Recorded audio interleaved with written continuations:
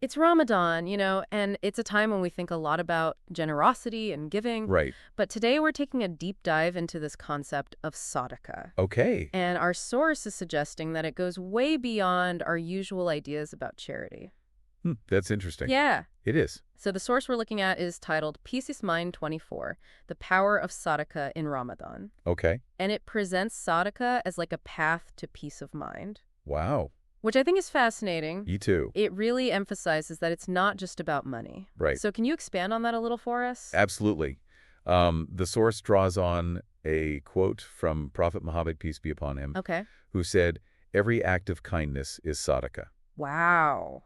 So that really broadens the definition. It does. We're talking about, things like a smile Yeah. or lending a helping hand Right. or even just sharing knowledge. Oh, interesting. All of that falls under this idea of Sadaqa. So even like removing something harmful from someone's path, Exactly. that could be Sadaqa. That's right.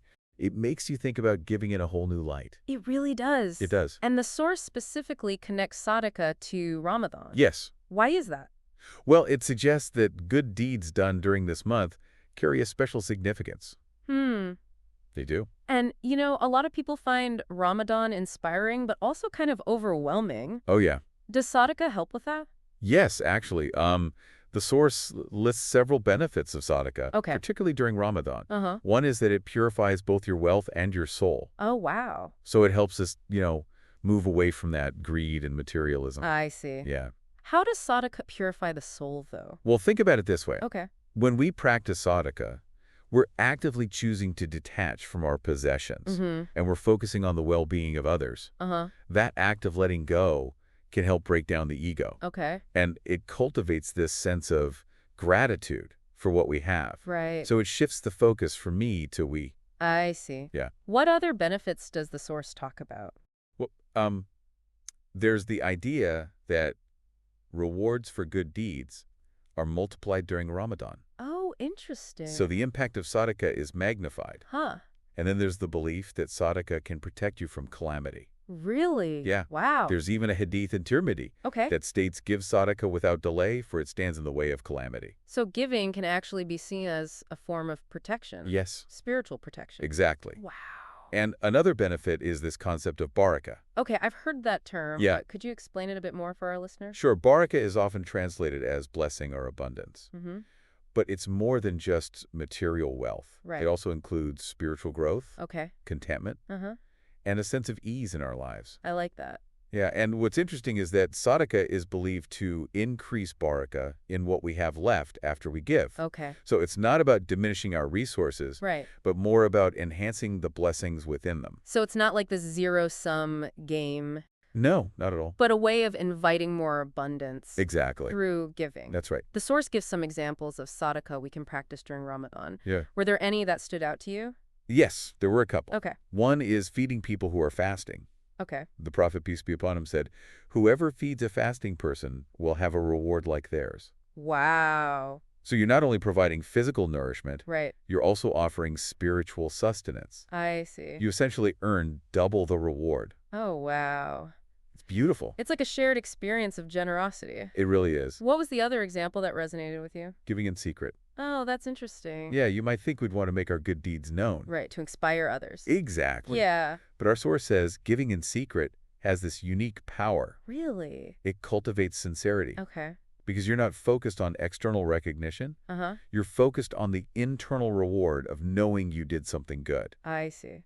just for the sake of doing it. Okay. And that's where the true peace of mind comes in. Yeah, it's about aligning your actions with your intentions Right. and finding fulfillment in the act itself, Yes, not looking for outside validation. exactly. Now, the source also tells a story about a woman who gave away her last piece of bread.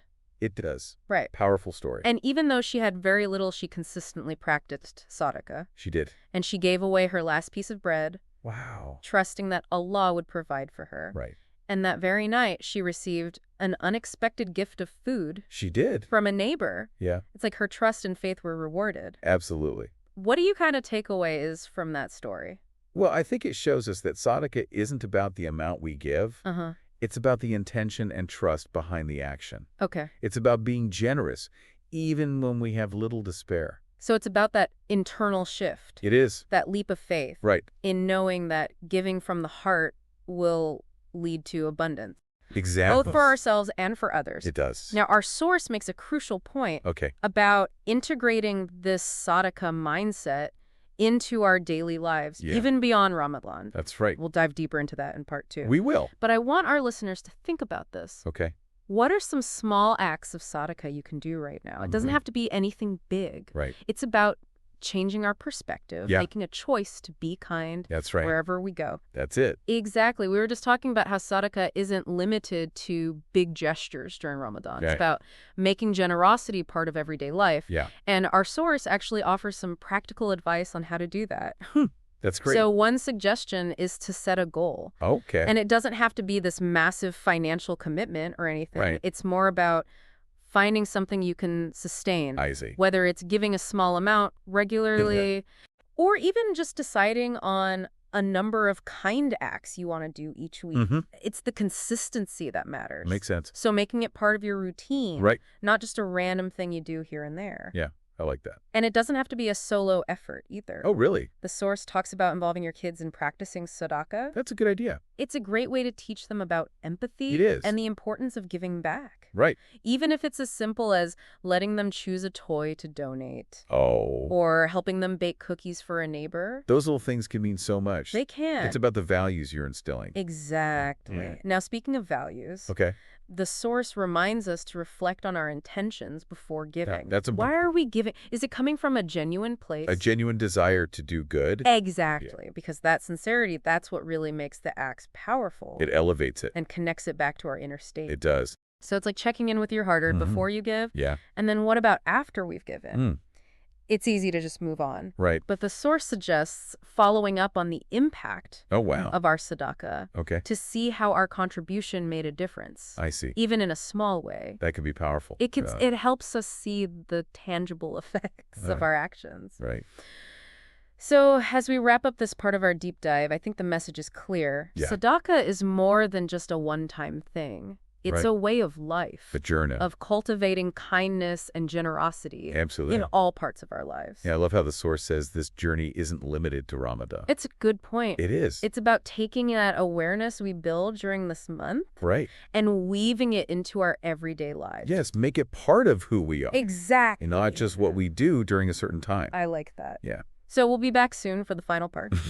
But in the meantime, Mhm. think about this. Okay. How can you embody this Sadaqa mindset beyond Ramadan? Good question. How can you make kindness and generosity a constant in your life, Yeah. even in small ways? It's the little things that add up. They do. So we've been exploring this idea of Sadaqa, and I think what's really resonated with me is the idea of it as a path to peace of mind. Yeah, me too. It's like it goes beyond just giving something. Right. It's that inner transformation. Exactly. It's really about embracing that mindset of generosity and kindness and seeing how that change within ourselves Yeah. can affect the world around us. It's like that good feeling you get when you help someone. Right. That warmth and connection. But it seems like Sadaqa makes that a more constant part of life. Yeah, I think that's what our source is getting at. And a big part of that is intention. Oh, absolutely. Like the source says we should check in with ourselves before giving enough. Why am I doing this? Right. Is this coming from a real desire to do good? Because that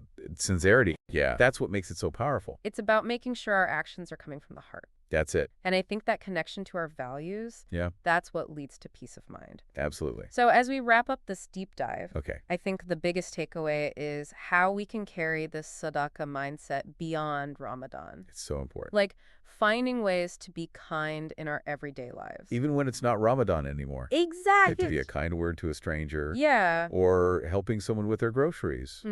Or even just choosing to focus on the positive. Right. It's about making kindness a habit. And the beautiful thing is, What's that? it creates the cycle. Oh, yeah. When we spread kindness, it comes back to us. Absolutely. It nourishes us from the inside out. I love that. Me too. So to our listeners, I want to leave you with this. Okay. How can you embody this Sadaqa mindset, Hmm. even when Ramadan is over? That's the challenge. What are some small acts of kindness you can commit to? Throughout the year. Not just during this month. Yeah. Make it part of who you are. And remember, Mm. it doesn't have to be anything huge. It's the little things that matter. They really yeah, do. add up. So until next time, Yeah. may your journey be filled with generosity and kindness. And peace. And that deep sense of peace that comes from making a difference in the world. Beautiful.